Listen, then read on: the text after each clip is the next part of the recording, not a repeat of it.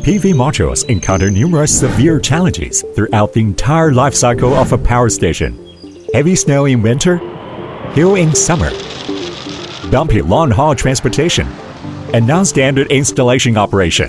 These unavoidable impacts silently heighten the risk of microcracks. Microcracks, known as the invisible killer, cause power loss, hot spots, overheating, and in extreme cases, fires. Addressing these threats have become a critical challenge.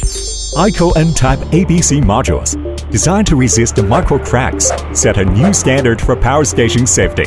The silver-free metal coating enhances the density and toughness of the copper material. This prevents burn-through and damage during the coating process.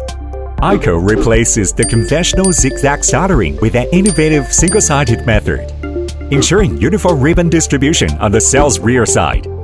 This greatly minimizes the risk of microcracks, establishing a new level of protection. PVEL testing shows that AlKO N-Type ABC monoglass modules are 5 times more reliable than dual-glass TOPCon modules in extreme weather conditions, providing comprehensive protection for your investment returns.